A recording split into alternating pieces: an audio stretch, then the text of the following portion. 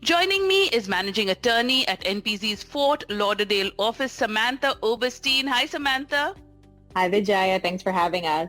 Thanks for being here. And I have this question to kick us off on the series today.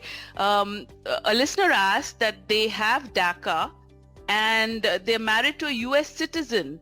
So can they now apply for a green card? Well, famous answer is it depends. And I think that it's complicated. Exactly. And I think the first thing to just give an overview for our listeners of is, what is DACA? So DACA is Deferred Action for Childhood Arrivals. It was announced June 15, 2012, so almost 12 years ago this month, by President Obama, and it gave deferred action for those who came to the U.S. as children and met other specific requirements. Deferred action can be renewed in 2-year increments, and currently we can only file for extensions. We cannot file new DACA applications. So hopefully that's something that changes with the new presidency, but we also know that DACA can change at any minute. So it's important, if you do have DACA, to take a look at what your options might be. So first, we would want to look into how you first entered the U.S. Did you enter with a visa, without a visa, and how many times did you enter the U.S.? We'd also want to look into whether there's any criminal history. I'm assuming with DACA you don't have a criminal history, but anything is possible. And if there's any fraud issues or anything like that in your path.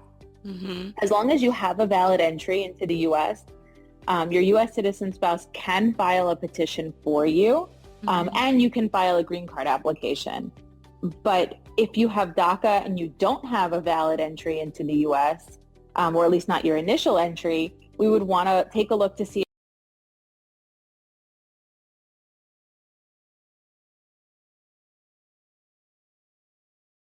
if you're eligible for advanced parole through DACA. There are certain reasons for DACIans to have advanced parole. For example, education, like a study abroad program, employment, like a required work event or a conference abroad, or a humanitarian reason, like an ill family member or something like that, and you need to travel. So first we would need to apply for that advanced parole, and obviously apply and receive the approval before you leave.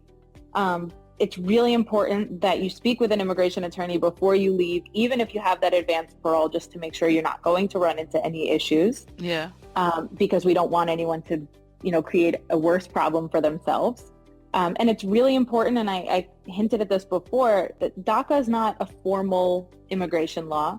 It might not be around forever. It could be gone tomorrow. We never know. And so, especially now that we're in an election year, we really never know what will happen with DACA. So because we don't know what the future holds for it, it's even more important in a year like this to take advantage of whatever you are eligible for under DACA, for example, advanced parole, and get those applications filed, get your get your green card applications filed, know that they're pending, and then you can, hopefully DACA stays around forever, but because of the uncertainty, it's just important to plan ahead.